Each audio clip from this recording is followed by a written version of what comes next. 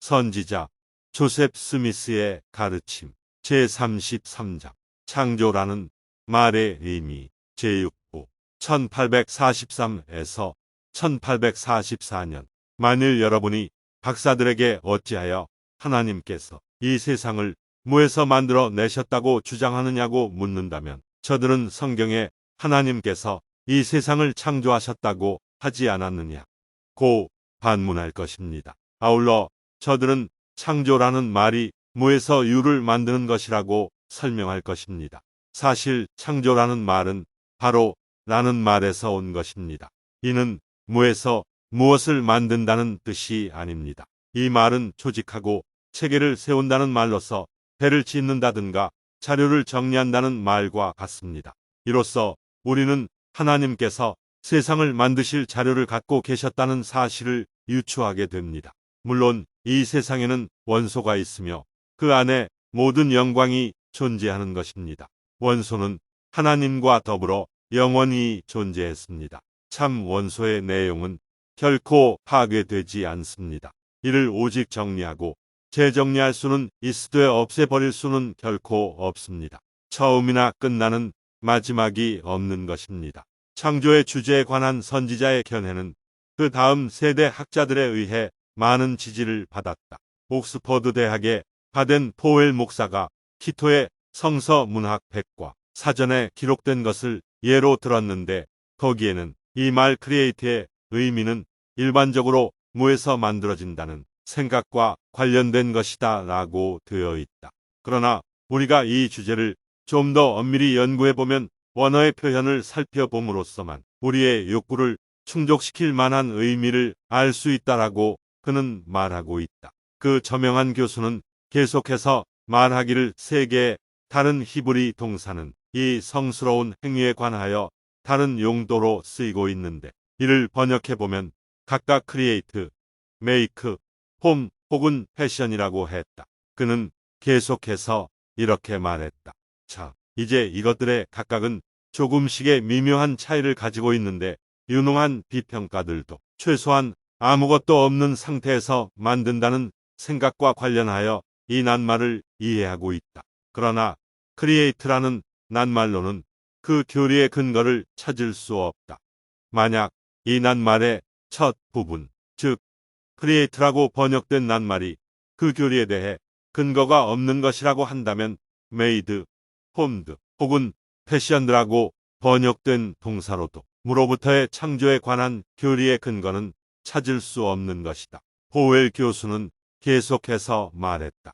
엄밀한 의미에서 볼 때 무로부터 만듦 혹은 전에는 존재치 않았던 것을 실존하게 함이라는 절대적인 의미에서의 창조의 개념은 경전상의 교리는 아니다. 그러나 그 이론은 하나님의 권세에 대해서 우리가 갖는 개념을 고차적으로 높여준다는 면에서 자연 신학의 바탕으로 많은 사람에게서 주장되어 왔다.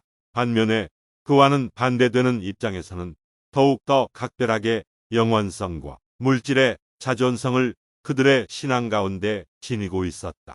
윌리엄 스미스 박사의 성서 대사전 해케트판 1894년에는 크리에이트 혹은 크레이션이란 낱말의 항목이 없다.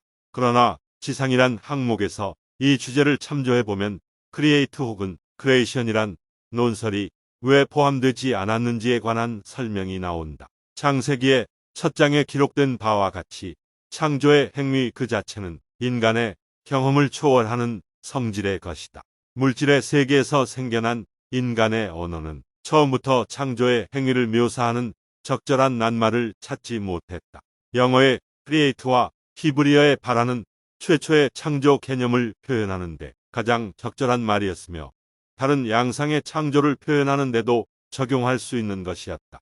무에서 만듦 혹은 눈에 보이는 것에서 물건을 만드는 것이 아닌이라는 표현을 덧붙여도 이 교리에 힘을 더해 주지는 못할 것이다.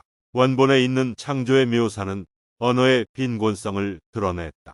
그러나 어떤 일이 생길 때 그것을 표현하기 위해 낱말이 생기나 그것이 그 뜻 하나만을 위해 끝까지 보존된다는 것은 거의 불가능한 일이다. 선지자의 이 주장은 철학가들도 같은 견해로 동조하고 있다. 허버트 스펜서는 그의 저서 제1원리 1860년에서 이렇게 말했다. 물체가 절대적 무로부터 사라짐 혹은 절대적 무로부터의 생성에 대한 견해는 오늘날 세계적으로 문제시되고 있다. 오늘날 신학은 세상의 시작과 종말을 절대적인 무의 개념에서부터 시작해서 끝난다고 가르치고 있다. 그러나 경험과 지식이 단계적으로 축적됨에 따라 이 개념은 전환되고 있다. 물질은 불멸이라는 개념이 오늘날에는 일반화되어 있다. 무로부터 무엇이 생성된다는 널리 알려진 지식과 증거가 하나씩 거두어지고 있다. 밤 하늘에서 갑자기 발견되어 거대하게 커져가고 있는 혜성도 새로 창조된 물체가 아니라 시계 밖에서 최근까지 존재하다가 가까이 온 것임이 입증되었다. 구름은 역시 하늘에서 실체가 없이 잠깐 동안에 형성되나 그 실체는 이미 존재했던 것이 더욱 확산되어 가시적으로 형성되는 것이다. 그리고 그것은 유체 중에 침전된 것이 결정 혹은 응결된 것과도 유사하다. 반대로 단지 상태 변화의 관찰을 중단하는 것은 문제를 종결시켜 폐기하는 것으로 보인다. 수증기는 눈에 보이지 않지만 액화시켜서 가져올 수 있다. 총을 쏘면 총알은 없어지고 화약 냄새 대신에 총소리만 크게 나는 것이다. 존 피스크 역시 스펜서의 견해를 따라 그의 우주 철학에서 다음과 같은 말로 물질을 요약하고 있다. 이것은 이제 실존으로 들어가거나 혹은 실존하지 않는 것으로 전락하는가의 어느 하나로서 상상할 수 없는 문제이다. 로버트 케네디 던칸은 그의 새로운 지식 1905년에서 여러 형태의 모든 물질을 지배하는 것은 하나의 거대한 근본법인데 이는 하나의 철칙으로 전해왔다. 이 법칙은 아무리 미소한 물체의 분자일지라도 상태가 변하지 않는다는 질량 불변의 법칙인데 그러나 다른 물건으로 만들어지거나 파괴될 수는 있는 것이다. 우리는 바늘을 부수어서 산으로 용해하고 전기 화로에서 녹여 모든 기능을 다 파괴할지라도 그 본질인 철은 존재하는 것이다. 다시 말해서 그것은 창조할 수도 없으며 파괴할 수도 없는 것이다. 다른 말로 표현하면 우리는 무에서 무엇을 창조할 수 없다. 존재하는 모든 물체는 반드시 재료가 모여서 이루어진다. 우주에 있는 모든 물질의 총 무게를 X파운드라 하면 그것이 어떤 형태로 변화되어 존재하건 그것은 변함없이 X파운드이다. -BH 로버트 장로의 주에 무릇 사람은 영이니라.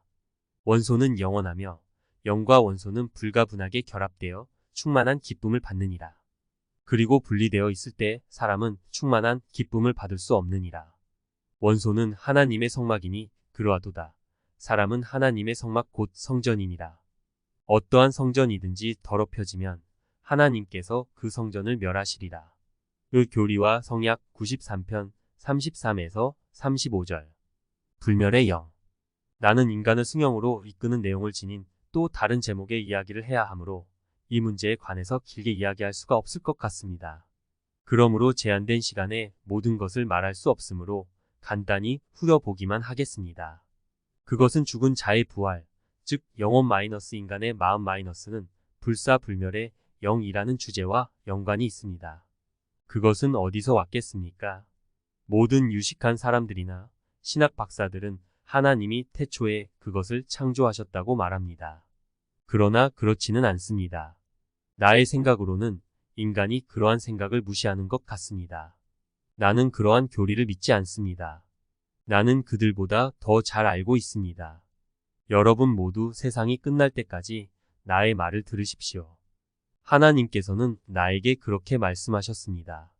만일 나를 믿지 못한다 하더라도 여러분이 진리를 무용하게 하지는 못할 것입니다.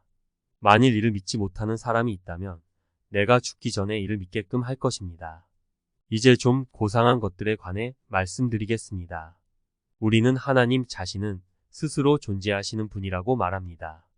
누가 그렇게 말을 했습니까? 그것은 옳은 이야기이지만 어떻게 여러분의 생각의 일부를 차지하게 되었습니까? 이와 똑같은 원리에 의해서 인간이 존재하지 않는다고 누가 말을 합니까? 인간은 이와 같은 원칙에 의해서 존재하는 것입니다. 하나님께서는 육신을 만드셨고 여기에 영을 넣어주셔서 살 수 있는 인간을 만드셨습니다. 히브리 경전에는 어떻게 되어 있습니까? 히브리 경전에는 하나님이 인간의 영을 창조하셨다고 되어 있지 않습니다. 그곳에는 하나님이 흙으로 인간을 만들어 그에게 아담의 영을 넣었고 이로써 살아있는 몸이 되게 하셨습니다. 라고 되어 있습니다. 인간이 가지고 있는 마음이나 예지는 하나님 자신의 것과 서로 같습니다. 나는 나의 간증이 옳다는 것을 압니다. 그러므로 애통해하는 이들에게 내가 이런 이야기를 할 때 그들은 무엇을 잃었다고 생각합니까? 그들의 친척이나 친구는 언젠가는 잠시 동안 육신으로부터 떠나야 합니다. 하나님과 함께 존재하던 그들의 영은 잠시 동안 육신을 떠나게 되는데, 즉 그들은 우리가 지상에서 함께 대화를 나눌 수 있었던 것과 같은 장소에서 현재 존재하고 있는 것입니다. 나는 인간의 영은 불멸하다는 것에 대해 곰곰이 생각합니다. 영의 예지는 불멸하나 그것이 시초가 있다고 말하는 것이 논리적입니까?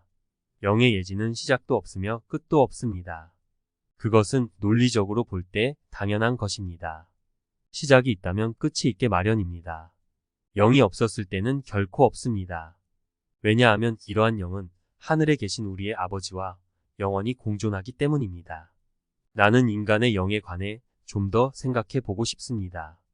왜냐하면 나는 인간의 육체와 영, 즉 죽은 실체에 관해 생각을 하고 있기 때문입니다. 손에서 반지를 빼서 불멸한 요소인 인간의 마음에 그것을 비유해 보겠습니다. 이는 끝이 없는 것이기 때문입니다. 만일 여러분이 반지를 반으로 잘랐다고 가정해 보십시오. 그렇다면 그것은 시작도 있고 끝도 있을 것입니다. 그러나 그것을 다시 붙이면 그것은 영원히 끝이 없는 원이 될 것입니다. 인간의 영도 마찬가지입니다. 주님이 사신 것처럼 만일 그것이 시작이 있다면 그것은 끝이 있을 것입니다. 이 세상이 창조된 초기부터 인간의 영이 존재하기 시작했다고 말하는 어리석은 자나 학식 있는 자나 현명한 사람은 그것이 틀림없이 끝이 있다는 것을 증명하려 할 것입니다.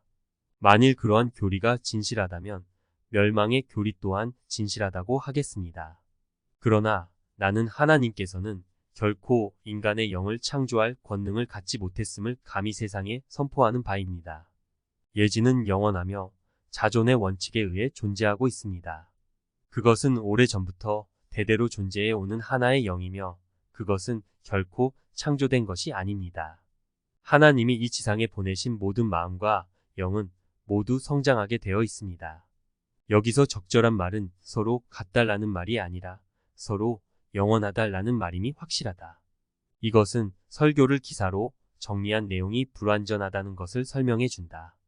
왜냐하면 영원성의 문제점을 제외하고는 인간의 마음이 하나님의 것과 서로 같지 않기 때문이다. 교회가 경전으로 받아들이고 있는 아브라함서의 기록에 따르면 예지들에는 차이가 있으며 어떤 예지는 다른 예지보다 더 총명하고 하나님께서는 그들 모두보다 더 총명하다. 나는 이 말이 하나님께서는 어떤 다른 예지보다 더 총명하다는 사실 이상의 것을 의미한다고 믿는다. 그것은 결합된 다른 모든 예지보다 더 총명하다는 것을 의미한다. 그의 예지는 모든 무리의 예지보다 더 위대하다. 따라서 나는 70인 영감제 2권에서 다음과 같이 말했다. 회의 의심할 수 없는 사실에 따르면 그들 모두보다 더 총명한 이분은 바로 하나님이십니다. 그는 전지전능하신 분이다. 그가 다른 예지들에게 행하라고 명하는 일은 그들이 어디에서나 어떻게 하든지 진실로 감사하는 마음을 갖고 아무런 의심 없이 행하는 것을 배울 수 있는 가장 현명하고 적절한 일임에 틀림없다. 그 일을 행하는 것은 항상 그들의 의무가 될 것이다. 또한 이 같은 사실은 이 전지하신 분이 자신뿐만 아니라 만인을 위해 지고한 최선의 것이며 그에게도 최선이 될 것을 바라는 분, 즉 이기심이 없고 사랑이 충만한 분일 것이라는 견해와 조화를 이룬다. 그의 영광과 권세와 기쁨은 모든 사람을 들어 올려주고 발전시키며 그들의 기쁨과 권세와 영광을 증진시켜 줌으로써 더해진다. 이분은 가장 총명하기 때문에 다른 예지들은 그를 예배하고 그들의 판단과 뜻이 그와 일치하도록 한다. 그는 최선의 일이 무엇인가를 알며 최선의 일을 행할 수 있다. 이와 같이 모든 자보다 더 현명한 분이요 가장 총명하고 현명한 분에게 마음을 다해 순종하는 것이 곧 예배이다. 이것은 다음과 같이 말한 그리스도의 교리와 생애의 모든 의미이다. 아버지여 나의 원대로 마옵시고 아버지의 원대로 하옵소서. -BH 로버츠 장로의 주에 선지자가 영혼 마이너스 인간의 마음 마이너스를 불사불멸의 영이라고 말했을 때 마음속으로 예지를 생각하고 있었음에 틀림없었던 것 같다. 예지는 창조되거나 지음을 받지 않은 것이다. 그는 하나님의 자녀인 영에 관해 언급하지 않았다. 인간의 영들은 하나님의 아들과 딸이라는 사실은 과거에는 선지자의 교리였으며 지금은 교회의 교리이다. 1916년 8월호 임프루브먼트 일화에 아버지와 아들이라는 제목으로 실린 제1회장단과 12사도 평의회의 공식 성명을 참조한다. 이 교리의 기초가 되는 성구는 교리와 성약 93편 29에서 30절에 기록되어 있는데 다음과 같다. 이 사람도 또한 태초에 하나님과 함께 있었느니라. 예지 곧 진리의 빛은 창조되거나 지음을 받지 아니하였나니 참으로 그리 될 수도 없느니라. 이 다음에 나오는 설명도 참조한다. 그 오래전부터 대대로 존재해오는 하나의 영은 오래전부터 대대로 존재해오는 영이 아니라 하나의 영, 즉 하나의 실체요, 한 개체이다. 선지자의 말씀에 나오는 이 구절은 교리와 성약 93편 29절의 설명으로 여길 수 있다. 이 사람도 또한 태초에 하나님과 함께 있었느니라. 예지 곧 진리의 빛은 창조되거나 지음을 받지 아니하였나니 참으로 그리 될 수도 없느니라. -BH 로버츠 장로의 주에 지식을 향상시키는 권세. 인간의 제일 원칙은 하나님과 공존하는 것입니다. 영들과 영광 사이에 자신이 존재하고 있다는 것을 아시는 하나님은 보다 지적인 분이므로 율법을 제정하여 모든 사람이 자기처럼 발전할 수 있게 특권을 누릴 수 있기를 바라십니다. 우리가 하나님과 갖는 관계는 우리로 하여금 지적으로 성장하게 하여 줍니다. 그는 연약한 영들을 가르칠 율법을 제정하는 권능을 가지셨고 그들이 자기처럼 성장해서 서로 영광을 누리며 영의 세계에서 구원받기에 필수적인 지식, 권세, 영광, 예지들을 얻을 수 있기를 바라고 계십니다. 이것은 훌륭한 교리입니다. 그것은 훌륭한 맛을 지녔습니다. 나는 영생의 원리를 맛볼 수 있으며 여러분도 마찬가지입니다. 그러한 원칙들은 예수 그리스도의 계시를 통해 나에게 주어졌습니다. 그래서 나에게 주어진 이러한 영생의 말씀을 전할 때 여러분께서 그것들의 맛을 보시고 그것을 믿게 된다는 것을 압니다. 여러분은 꿀이 달다는 것을 알며 나도 역시 마찬가지입니다. 나도 역시 영생의 영을 맛볼 수 있습니다. 나는 그것이 훌륭함을 압니다. 그리고 성령의 영감을 통해 나에게 나타내진 이러한 것을 여러분께 말씀드릴 때 여러분께서는 이것이 달콤하고 점점 기쁨을 더해주는 것이라고 받아 주십시오. 그 보라, 사람에게 불멸과 영생을 가져다 주는 것 마이너스 이것이 곧 나의 일이요 나의 영광이니라. 즉 주님의 사업은 사람에게 불멸과 영생을 가져다 주는 일이다. 이 구절은 영체와 육체로 이루어진 인간, 소울에 대해 확실하게 언급된 것이다. 영과 몸이 곧 사람의 영혼이니라. 그리고 죽은 자 가운데서의 부활은 영혼의 구속이니라. 다시 말해서 하나님의 일과 영광은 부활, 곧 인간의 영혼의 구속을 통해서 이루어지는 인간의 영체와 육체의 영원한 결합으로 사람에게 불멸과 영생을 가져다 줌으로써 성취된다. 이 부활로 인해 영과 원소가 영원히 결합되며 이와 같은 영원한 결합은 충만한 기쁨을 누리는 데 필수적이라고 하나님께서는 다음과 같이 선포하셨다. 무릇 사람은 영이니라. 원소는 영원하며 영과 원소는 불가분하게 결합되어 충만한 기쁨을 받느니라. 아담이 타락한 것은 사람이 존재하게 하려 함이요 사람이 존재함은 기쁨을 갖기 위함이니라. 진실로 인간에게 영생을 가져다 주려는 하나님의 전반적인 목적은 위의 문단에 나와 있는 선지자의 가르침에 강조되어 있는 바와 같이 인간의 복지와 발전을 확실히 보장하는 것이다. 하나님께서는 인간의 유익을 위해서만 인간에게 영향을 미친다. 하나님과 인간의 관계. 나는 하나님과 인간의 관계에 관해 좀 더 말씀을 드리고 싶습니다. 나는 죽은 자에 관해서 여러분에게 이해를 시켜드리겠습니다. 우리가 지상생활을 하는 동안 우리의 육신에 관해 하나님께서 그의 무한하신 지혜로 우리에게 나타내주는 것이 좋겠다고 생각하신 모든 것들은 모두 우리들에게 추상적으로 나타내졌으나 우리가 전혀 육신을 갖지 않았던 것처럼 우리의 영에게 나타내졌습니다. 그러나 우리의 영을 구원할 수 있는 계시는 우리의 육신도 구원할 것입니다. 하나님께서는 영원한 육신의 소멸이 없다는 뜻으로 우리에게 그러한 뜻을 나타내 주셨습니다. 그러므로 죽은 자에 대해서 우리에게 무서운 책임이 부여되어 있는 것입니다. 이는 육신의 몸으로 복음에 순종하지 않았던 모든 영은 영으로 복음에 순종하거나 정죄를 받아야 하기 때문입니다. 잘 생각해 보십시오. 우리가 해야 할 일이 없겠습니까? 인자의 명령에 복종할 기회를 갖지 못하고 세상을 떠난 선조나 친구의 구원을 위해 준비해야 할 것이 없겠습니까? 나는 여러분에게 모든 것을 말해주기 위하여 40일간을 주님께 주야로 간구하였습니다. 나는 내가 타락한 선지자가 아니라는 것을 알게 하겠습니다. 이때 스미스 회장이 타락한 선지자라는 비난이 되풀이되고 있었다. 그러나 이 설교에서 그가 설명하고 있는 훌륭한 교리뿐만 아니라 그가 그러한 교리를 전할 때 지니고 있는 영적인 권세를 고려할 때 우리는 그가 타락한 선지자라고 하는 평판은 터무니없는 것임을 알 수 있다. 선지자의 생활은 정점을 향해 점진적으로 발전하는 생활이었다. 처음에는 보잘것없었으나 그의 종말이 다가왔을 때 그의 생활은 활달하고 더욱 영향력 있는 것이 되었다. 교사로서 그는 설교에서 그의 직업의 정상에 도달했다. 그러고 나서 그가 행할 수 있었던 또 하나의 일이 있었는데 그것은 바로 그의 간증을 그의 피로써 임봉하는 것이었다. 그 후 채 3개월이 되기 전에 그는 이렇게 하였다. 거짓 선지자들의 생애는 이와 같지 않다. B.H. 로버츠 장로의 주에 우리의 최대의 책임, 죽은 자의 구원에 대하여 어떠한 약속이 주어졌습니까? 비록 육신은 땅 속에서 썩는다 하더라도 영이 구원을 받을 만한 사람은 어떠한 인품을 지녔던 사람이겠습니까?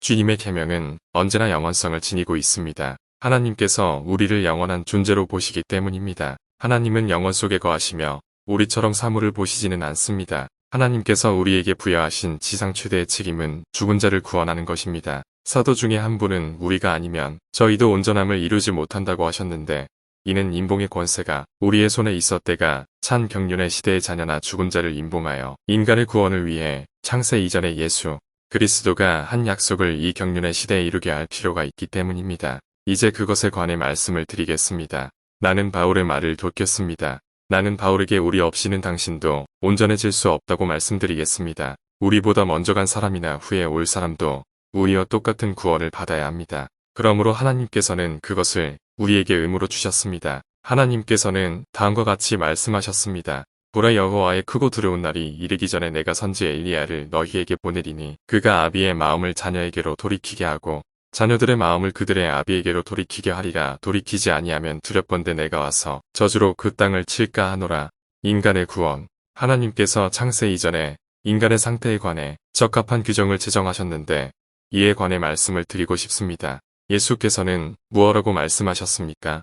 인간이 저지를 수 있는 모든 죄와 회방과 범법은 단 한 가지를 제외하고는 용서받을 수 있습니다. 용서받지 못할 죄를 범하지 않은 사람은 이 지상에서나 다음의 세상에서 모두 구원을 받게 되는데 이 세상이나 영의 세계에는 그들이 지켜야 할 준수 사항이 있기 때문입니다. 그러므로 하나님께서는 영원한 세계에 거하는 모든 영은 지상에서나 영의 세계에서 씻을 수 없는 죄를 범하지 않았다면 모두 구원을 받을 수 있게 규칙을 제정하셨던 것입니다. 하나님께서는 어떤 한 가지 죄를 범하지 않았다면 모든 인간에게 구원을 주셨으며 영원한 세계의 친구를 가지고 있는 사람은 누구나 그 친구가 지상에서 용서받지 못할 죄를 범하지 않았다면 구원해 줄 수 있습니다. 그러므로 여러분은 구원자가 될 수 있다는 것을 알 수 있을 것입니다. 용서받지 못할 죄. 인간은 육신이 분해된 후 용서받지 못할 죄를 범하지는 못하며 다만 이를 피할 길이 있을 뿐입니다. 지식이 인간을 구원해 줍니다. 영의 세계에서는 지식 이외에 다른 것으로 인간이 승형을 얻을 길은 없습니다. 인간이 주님의 계명에 귀를 기울이지 않는다면 그는 구원 없이 사는 수밖에 없습니다. 만일 인간이 지식을 가지고 있다면 그는 구원을 받을 수가 있습니다. 인간이 큰 죄를 범했다면 죄에 대한 형벌을 받게 됩니다. 그러나 그가 이곳에서나 영의 세계에서 복음에 순종하기로 동의했다면 그는 구원을 받습니다. 인간은 자신의 정죄자여 박해자입니다.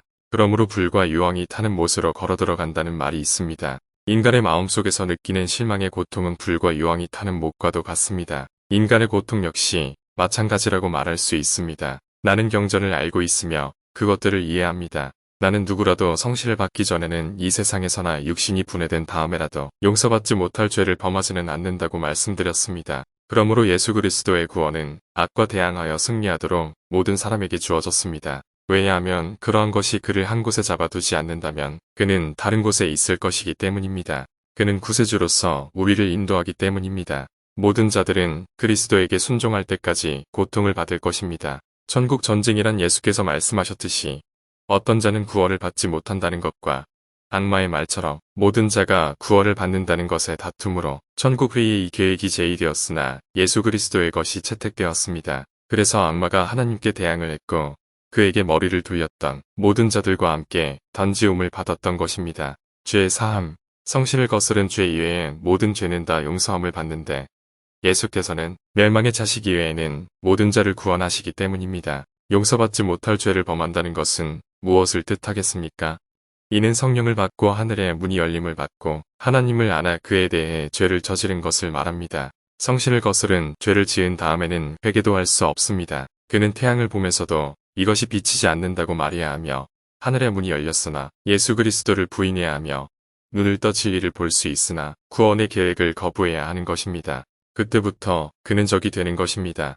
이것은 예수 그리스도 후기 성도 교회를 배도한 많은 사람의 경우에서 볼 수 있습니다. 인간이 이 사업을 하는데 적이 되기 시작한다면 그는 나를 해치며 나를 죽이려 하며 나의 피 흘림을 보려고 온갖 짓을 다 할 것입니다. 그는 악마의 영을 가지고 있으며 구세주를 십자가에 달았을 때 가지고 있었던 것과 똑같은 영과 성신을 거스르는 영을 갖게 됩니다. 여러분은 그러한 사람을 구원할 수는 없습니다. 여러분은 그들을 회개하도록 이끌 수 없습니다. 그들은 악마처럼 공개적으로 대항해 올 것이며 그 결과는 끔찍할 것입니다. 나는 여러분이 무엇을 하든지 신중히 할 것을 충고하는데 그렇지 않으면 자신도 모르는 사이에 서서히 속임수에 말려 들기 때문입니다. 항상 침착하고 포기하지 마십시오.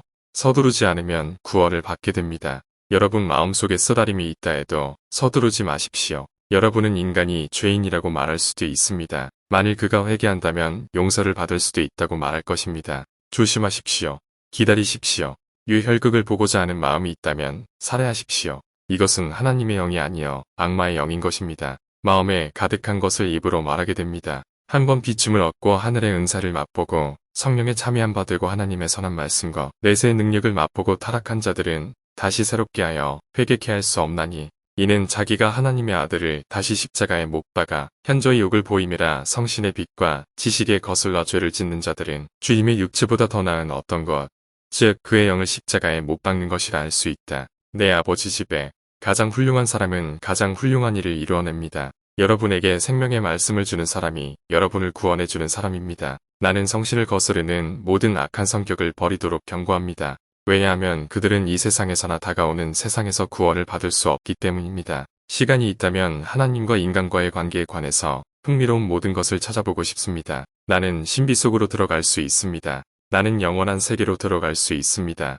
왜냐하면 예수께서는 다음과 같이 말씀하셨기 때문입니다. 내 아버지 집에 거할 곳이 많도다. 그렇지 않으면 너희에게 일렀으리라. 내가 너희를 위하여 처소를 예비하러 가노니. 바울은 또한 다음과 같이 말했습니다. 해의 영광도 다르며 달의 영광도 다르며 별의 영광도 다른데 별과 별의 영광이 다르도다. 죽은 자의 부활도 이와 같으니 죽은 자에 대해서 우리가 무엇으로 위로를 해야 하겠습니까? 우리는 지상에 살다가 죽은 사람을 위하여 큰 소망과 위안을 가질 만한 이유가 있습니다. 왜냐하면 우리는 그들이 우리 가운데서 합당하게 생활을 하였다는 것과 그리스도의 팔에 안겨 잠을 자고 있다는 것을 알기 때문입니다. 신앙 안에서 살다가 죽은 사람은 현재 하나님의 해의 왕국에서 편히 쉬고 있습니다. 그곳이 바로 해의 영광입니다.